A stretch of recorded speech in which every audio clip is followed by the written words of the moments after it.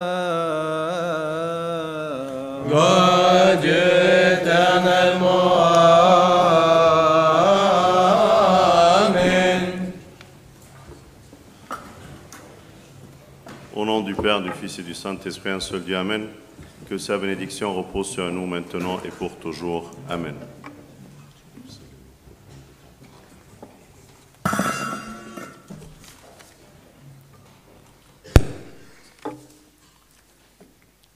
Pendant cette période de jeûne, l'Église nous propose de se poser chacun une question très importante. Au premier dimanche du Carême, la question c'est « Quel trésor veux-tu avoir ?» Qu'est-ce que tu vas demander dans tes prières au Seigneur? Qu'est-ce que tu veux avoir dans ta vie spirituelle? Demande. Toutes les vertus sont devant toi.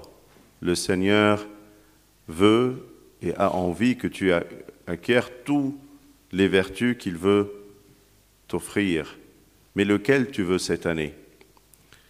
C'est vraiment intéressant et important dans notre vie spirituelle de se donner des objectifs, de se donner des milestones, des éléments sur le chemin spirituel qui m'indiquent comment j'avance et je tends vers quel objectif spirituel.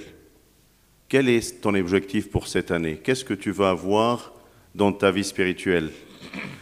C'est comme les saints-pères nous apprennent, le jeûne affaiblit le corps pour donner la puissance à l'esprit. C'est vrai que le jeûne, il peut affaiblir un peu le corps, si on le pratique vraiment bien, parce que actuellement, il y a tous les aliments qui sont proposés, mais c'est vraiment le sens spirituel qui est plus important. Pense comment tu peux atténuer tes besoins de chair pour t'intéresser à tes besoins spirituels. On est tous focalisés sur comment progresser dans notre carrière, comment progresser dans ma vie dans le monde, comment acheter tout ce que j'ai besoin. Je suis focalisé sur mes enfants, sur ma famille, sur mon progrès professionnel et familial. Mais voilà une occasion de prendre un recul et de chercher qu'est-ce que je veux avoir dans ma vie spirituelle. Il y a plusieurs trésors. Et quand le Christ a parlé du royaume des cieux, dans les paraboles, il a dit « Le royaume des cieux est semblable à un trésor » que quand tu le trouves, tu abandonnes tout le reste. Et c'est un trésor parce que il vaut cher. Il est beaucoup plus important de toute autre chose que tu peux avoir. Ton royaume des cieux est semblable à un trésor. Et les trésors sont charité, pureté de cœur, sagesse spirituelle, connaissance de la parole, obéissance, des yeux purs et simples. Choisis. Tu as tous ces fruits, tu as tous ces éléments devant toi. Qu'est-ce que tu vises cette année? Quelle vertu tu veux avoir et que tu vas mettre devant tes yeux pendant ce carême-là? Tu veux avoir de la charité, de la pureté du cœur, de la sagesse, de la connaissance, de la parole, de l'obéissance ou des yeux purs? L'Évangile aujourd'hui, il a un peu détaillé le contenu de ce trésor des yeux. Parce que tes yeux sont une porte d'entrée. Si ta porte, elle est ouverte, tout peut rentrer. Mais si tu maîtrises les entrées de ton corps, tu maîtrises qu'est-ce qui peut pousser dans ton corps. C'est comme s'il y a des graines, il y a plusieurs graines qui circulent, et c'est toi qui choisis quelle graine tu veux semer, tu vas maîtriser les portes d'entrée. Mais si ta porte elle est ouverte, n'importe quelle graine de n'importe quelle herbe sauvage peut entrer, être semée et déranger tous les autres fruits que tu veux planter dans ta terre. L'œil est vraiment la petite lampe de ton corps. Si elle est bien allumée et éveillée, ton corps est complètement illuminé. Mais si tes yeux, ils sont éteints et noircis, tout ton corps les suivra dans les ténèbres de l'éloignement du Seigneur. C'est à toi de voir qu'est-ce que tu veux apercevoir. On peut voir plein de choses autour de nous, mais qu'est-ce qui attire mon attention? Je peux voir le péché de l'autre et me focaliser dessus, le juger, le criminaliser, le tuer dans mes pensées, dans mes paroles, comme je peux voir ses vertus et chercher à être comme lui dans le même niveau spirituel et avoir ce zèle spirituel de progresser. On a tous des faiblesses, on a tous des points faibles ou des péchés, des éléments d'éloignement, mais comment toi tu vois l'autre? Tes yeux sont comment? Est-ce qu'elles sont des yeux de jugement ou des yeux qui savent comment camoufler le péché de l'autre ou le protéger contre même lui-même? Comment tu fais? C'est facile de voir les taches qui sont sur les vêtements de la personne qui est en face de toi. Tu le regardes d'une manière, tu le regardes en face et tu vois toutes les taches qui sont sur ses vêtements. Mais comment il est difficile de voir les taches qui sont sur tes propres vêtements, parce que tu as besoin de faire un petit geste, de baisser la tête pour voir qu'est-ce qui te tache et qu'est-ce qui ne va pas chez toi. C'est par l'humilité que j'arrive à identifier ma faiblesse, mon péché, les souillures de mon corps, de ma chair, de ma pensée à l'intérieur de moi. Mais c'est par l'orgueil que je lève la tête pour voir et juger tous les tâches et toutes les erreurs des gens qui sont autour de moi. Quelle posture et quel geste tu choisis pendant ce carême? De fouiller les recoins de ton cœur et trouver tous les souillures qui l'ont taché pour le laver grâce au sang de l'agneau du Christ, ou bien de viser et bien identifier toutes les erreurs et faiblesses de ton entourage et de tes amis. Les yeux peuvent être également des yeux purs, des yeux qui observent les icônes, les vertus des saints, les apôtres, la porte du ciel, le corps et le sang du Christ, comme elle peut observer plein de péchés et plein de choses autour de toi. C'est à toi de voir et de choisir. Qu'est-ce que tu veux voir? Est-ce que tu observes sans frein ou tu arrives à discerner qu'est-ce que tu veux observer? Depuis l'âge tout petit, on peut choisir pour nos enfants qu'est-ce qu'ils regardent comme dessin animé, comme on peut choisir pour eux et les conseiller de voir certaines choses et de ne pas voir autre chose. Il y a des choses à voir pour semer la bonne parole, la bonne conduite, les vertus spirituelles, comme il y a des choses à observer qui apprennent tout et n'importe quoi. C'est à toi de choisir et être guidé par ton Père spirituel pour te montrer qu'est-ce que tu dois observer. Sa parole, sa Bible, sa prière, ses icônes, son corps, son sang, les mêmes yeux qui sont sanctifiés, oints par le Saint-Crème, tu peux les utiliser pour regarder autour de toi et viser le péché que tu cherches. Tes yeux peuvent t'induire la sainteté comme ils peuvent t'induire le péché. C'est à toi de choisir. Il y a des yeux qui sont des yeux miséricordieux, comme le Christ à chaque fois quand il voyait une personne dans le besoin ou dans la maladie, on lit bien qu'il a été ému de compassion, parce qu'il l'a vu et il a reconnu sa faiblesse. Ce sont des yeux miséricordieux. Comme il y a des yeux qui sont des yeux qui attaquent, qui font mal, qui regardent grand en face des gens qui sont autour de toi pour les mettre en mal à l'aise, pour leur apporter un jugement de faiblesse, un jugement d'infériorité, un jugement de manque.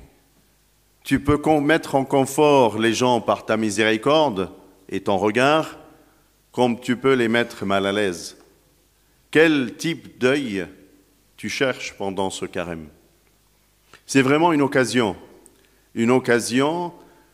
de travailler sur nos sens pour les protéger, leur donner une sanctification par cet affaiblissement du corps. L'homme est composé d'un esprit qui veut voler vers le ciel, comme d'une chair animale qui l'attire vers le bas. Lequel des deux tu nourris? Lequel des deux tu lui donnes une force? Ton aigle qui te mène vers les cieux ou ta chair qui te tire vers le bas? Si tu alimentes que ta chair, ça devient trop lourd et ça te stagne sur la terre. Mais si tu arrives vraiment à alimenter ton esprit devient plus fort, comme les anachorètes dont on lit les histoires et on connaît leur vie à travers le Sénexerre et qui nous apprennent qu'ils ont alimenté et nourri leur esprit, qu'ils sont devenus des anachorètes, des gens dans le désert, des gens dont l'esprit est beaucoup plus puissant que leur chair, qui les amène partout sans aucun frein. Comme les corps glorieux, les corps de la résurrection. Ils sont arrivés à avoir des corps spirituels et transformer leur chair de terre en chair spirituelle qui se déplace et qui a une aisance plus que notre chair matérielle et lourde. C'est à toi de choisir. Abba Bémoin, un des saints-pères du désert, interroge saint Antoine le Grand en lui demandant une parole de connaissance. « Que dois-je faire, mon père ?» Il lui répondit, « Ne te confie pas à ta justice et ne t'afflige pas du passé, mais deviens maître de ta langue et ton ventre. Ne te confie pas à ta justice, ne t'afflige pas du passé, mais deviens maître de ta langue et de ton ventre. » Parce qu'en fait, si on se confie à notre justice, à notre jugement, on ne va jamais voir nos propres péchés. On ne va jamais baisser la tête pour voir les taches qui sont sur nos vêtements. On est confiant dans notre justice, dans nos jugements envers les autres, on oublie nos propres faiblesses. Et la deuxième souci, c'est de s'affliger du passé. Il y a une grande différence entre l'instinct ou la conscience humaine et le Saint-Esprit qui habite en nous. Ma conscience humaine m'induit la culpabilité vis-à-vis d'un péché. Mais le Saint-Esprit qui habite en moi m'ouvre les portes de l'espoir vers le repentir et la deuxième chance que le Seigneur me donne. Ne t'afflige pas à ta culpabilité, mais accroche-toi au Saint-Esprit qui te donne l'espoir dans ta vie spirituelle, malgré tes faiblesses et tes péchés. Mais cherche, pour le faire et vivre ces deux vertus, de maîtriser ta langue, tes paroles et ton ventre, c'est-à-dire ta chair et la nourriture que tu manges.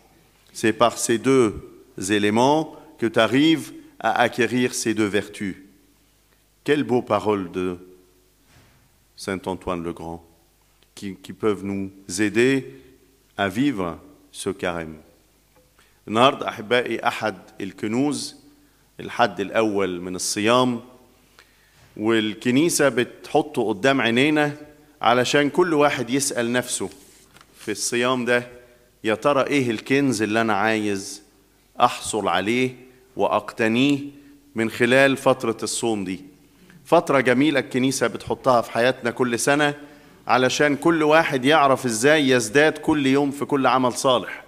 الانسان دايما مشغول ازاي هبقى احسن، وهيبقى عندي وظيفة اعلى، وعندي امكانيات اكتر، وعندي بيت اكبر، وعندي امكانيات في اولادي وفي اسرتي و طموحات كتير في حياتنا، طموحات مادية. لكن كل سنة في وسط السنة كده في فترة الصيام الكبير يجي الصيام ده يقول لك ارفع قلبك واطلب وحط كده في حياتك أهداف روحية. حلو ان كل سنة تقول يا انا ايه السنة دي عايز يكون احسن فيا، ايه الصفة الحلوة والنعمة الجديدة اللي انا عايز اقتنيها في السنة دي، ويكون الصيام ده سبب بركة ليها.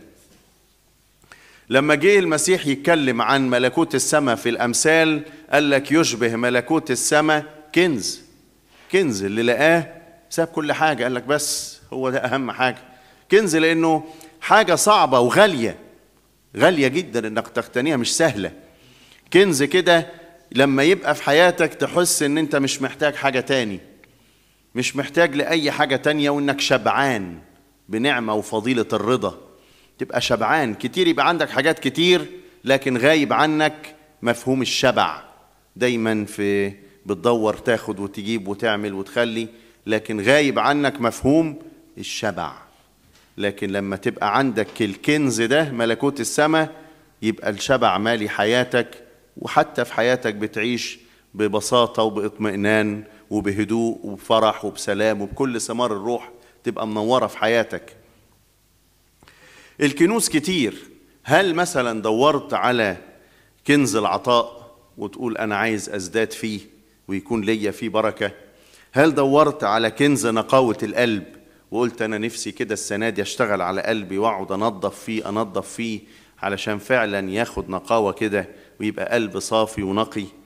هل دورت على كنز الحكمة الروحية ويكون عندي كده يا رب؟ كل ده اطلبه، ما تفتكرش ان دي حاجات صعبة وبعيدة. ده ربنا بس انت اطلب منه، مش قالك انت تطلب اي حاجة باسمه وهيديها لك. هي دي الطلبات، هي دي اللي نفسه يسمعه. يبقى عندك حكمة روحية كده، افراز، اعرف ايه الحاجة اللي تدخل لي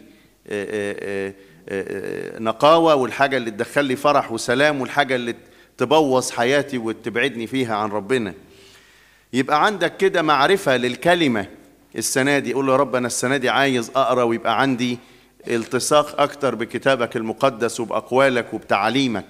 يبقى أنا عايز أزداد في فضيلة القراية والمعرفة. عايز أزداد السنة دي في فضيلة الطاعة. الطاعة اللي هي أحد أعمدة الرهبنة، الطاعة الروحية الحقيقية، الطاعة لكلمتك، الطاعة لأبويا الروحي، الطاعة لوصايا الكنيسة. عايز أزداد في مفهوم الطاعة، أفهمه أكتر وأعرف أعيشه بقلب كده مستوعب عملك في حياته. عايز يا رب السنة دي كده تديني العين النقية. وإنجيل النهاردة كده ادانا مفهوم إيه هي العين النقية. العين دي حاجة تحير. العين دي هي مدخل للجسد. العين هي سراج للجسد. لو كانت عينك بسيطة جسدك كله يكون نير، ولو كانت عينك شريرة جسدك كله يضلم. هي مفتاح. العين دي هي اللي بتدخل. انت لو بتختار هتدخل ايه ومش هتدخل ايه هتعرف تحافظ على نفسك. لكن لو العين مفتوحة على البحري اي حاجة تدخل، اي بذرة غريبة تدخل تطلع نبتة شيطاني تتعبك وتقرفك وتعكنن عليك ثمار الروح، تسرق فرحك، تسرق سلامك، تسرق اطمئنانك، تسرق فرحك بنعم ربنا في حياتك، تسرق حاجات كتير من حياتك، تسرقك انت شخصيا من ملكوت السماء. العين دي تضبطها تبقى مرتاح، تسيبها مفتوحة تتعبك جدا جدا وتدمر حياتك. لو العين عمالة تبص يمين وشمال ومش ماليها شبع تخليك دايما في نهم وفي عدم رضا وفي شغف وفي قلق وفي اضطراب وفي حاسس الدنيا هتقع على دماغك. لكن لو عينك مركزة كده وعارفة هي شايفة ايه وعايزة ايه، تلاقي حياتك كده مشيت في سكة تانية خالص. ممكن السنة دي تدور على نقاوة العين، تقول له يا رب أنا نفسي أبعد عن العين الناقدة، العين اللي بتعرف تحكم على الناس وتشوف غلطاتهم. أصل العين لو هي مرفوعة كده لفوق سهل قوي إنها تشوف البقع اللي في هدوم الناس اللي قدامك. خلي بالك، وقع على هدومك أكل، وقع على هدومك مش عارف إيه، حصل كذا، عملت كذا، أنت كذا كذا، سهل جدا. لكن في حركة بسيطة جدا ممكن العين تعملها فتفحص نفسها، توطي كده بس، محتاج توطي راسك علشان تشوف الخطايا اللي جواك، تشوف ايه اللي تعبان جوه عشان تصلحه. العين المرفوعة في الكبرياء تحكم على الناس وتريح ضميرك، يا سلام ده انا احسن واحد. لكن العين اللي كده يعني تعرف تعيش الاتضاع الحقيقي، تبقى عين تعرف تعيش البساطة، تعرف تعيش كده فحص النفس وتدور كده في قلبك ايه اللي ما ايه الشوائب وايه المشاكل وايه الاتعاب وايه وايه وايه. وانا عايز انا عندنا شغل، عندنا تنظيف السنه دي، في حاجات كتير عايزه تتنظف. ليه؟ شفتها، لكن انا لو مش شايفها مش هنظفها، مش عارف اشوفها، مش عارف امسكها كده واعرف ايه المشكله فين. بحركه بسيطه بس الواحد يوطي راسه بس شويه صغيرين كده، هيبتدي يبص يشوف ايه ده انا الدنيا بايظه خالص، عايز النهارده ابتدي اشتغل على حاجات كتير. عينك تفرق معاك جدا جدا، هي بتبص فين هتشوف ايه. في عين تبقى قانعة، وفي عين تبقى جعانة، في عين تعرف تبقى رحيمة. عارفين المسيح لما كده كان بيشوف انسان مريض او انسان في احتياج او انسان في تعب، يقول لك كده ايه؟ تحنن عليه. ليه؟ لانه رآه فتحنن. في واحد بيرى فيتحنن، وفي واحد بيرى فينقض فيهد فيجرح فيحسس اللي قدامه انه ولا حاجه وصغير وما بيفهمش ويوقعه في صغر نفس، يجيبه على الارض خالص. في عين رحيمه ترفع اللي جنبها وتشده وتعرف تخليه كويس، وفي عين تكسر وتدمر وتجيب على الارض خالص، تتبطط اللي جنبها.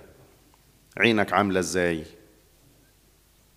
كل واحد فرصة في هذا الصيام انه كده يفحص ويشوف العين، هل هي عين حلوة ولا عين بايظة؟ بتشوف كده على الملأ اي حاجة تشوفها واي حاجة تسرح معاها، ولا عين كده بتتأمل كلام الله وبتنظر لجسده ودمه، عين اتمسحت بالميرون، عين بتنظر في الصلاة للأيقونات، عين مرفوعة للسماء بتطلب من ربنا. هل نفس العين دي هي العين اللي متسابة على البحر، تبص هنا وتبص هنا وتدخل خطايا وشهوات وضعفات وأتعاب ومشاكل؟ العين عاملة ازاي؟ العين شكلها ايه؟ فرصة حلوة الواحد يبص كده على عينيه، يقول له يا رب ارسم عيني، أنا كده المولود أعمى مش شايف خالص، اديني عينين جديدة علشان تكون سنة جديدة بصيام جديد، بطلبة جديدة، بحياة روحية جديدة. قديس الأنبا بموة أحد أباء البرية بيسأل القديس الأنبا أنطونيوس، بيطلب منه كلمة منفعة. فقديس أنبا أنطونيوس لقى كلمة جميلة يقولها له وتنفعنا في الصيام. يقول له لا تثق في حكمك ولا تعذب نفسك بالماضي، بل احرص أن تضبط لسانك وبطنك أو معدتك يعني، أو شهوات البطن. اضبط لسانك واضبط شهوة بطنك، واحترس من أحكامك ومن تأنيبك على الماضي بتاعك. لا، عشان احترس عن ان انا ما اكونش بقع في الإدانة، وان انا مش بأدين نفسي بالماضي باستمرار وبقع في تأنيب الضمير. أصل في فرق كبير ما بين تأنيب الضمير وعمل الروح القدس في التوبة والاعتراف. تأنيب الضمير مش توبة واعتراف. الضمير الإنساني يعمل فيك إيه؟ يوقعك في اليأس. سهل جدا. كتير يقول لك أنا سقطت انتحر هنتحر. إيه؟ يأس بشري. ده الضمير الإنساني. أنا عملت خطأ محدش هيسامحني، مش هعرف أسامح نفسي. إيه ده؟ ده الضمير الإنساني. لكن الروح القدس اللي فيك يقول لك إيه؟ الصديق يسقط في اليوم 7 مرات 70 مرة ويقوم. في أمل، في رجاء. فرق كبير جدا بين عمل الروح القدس فيك اللي يديك رجاء ويدي لك قيامة، وتأنيب الضمير اللي يجيبك على الأرض ويقول لك إن مفيش فايدة. اوعى تسمع لضميرك اللي بيأنبك، بل اسمع للروح القدس اللي فيك اللي بيرفعك لفوق ويقول لك كده ايه، توب بس انت وملكش دعوة، تعالى معايا هرفعك لفوق وابعدك عن خطاياك، ويكون ليك نصيب في حياة في الملكوت في السماء.